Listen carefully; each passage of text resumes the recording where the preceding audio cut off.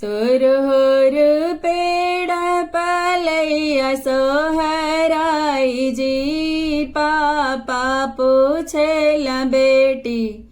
कैसन वरी चाही जी, पापा पूछेल बेटी कैसन वरी चाही जी, पापा पूछेल बेटी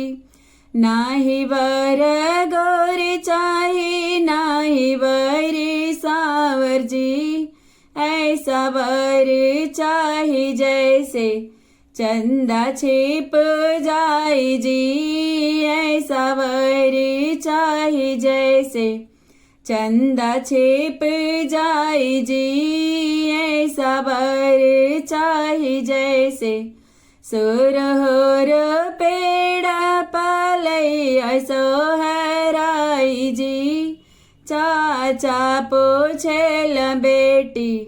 कैसन वर चाही जी, चाचा पूछेल बेटी कैसन वर चाही जी, चाचा पूछेल बेटी नाही वर गोरी चाही नाही वर सांवर जी, ऐसा वर चाही जैसे चंदा छिप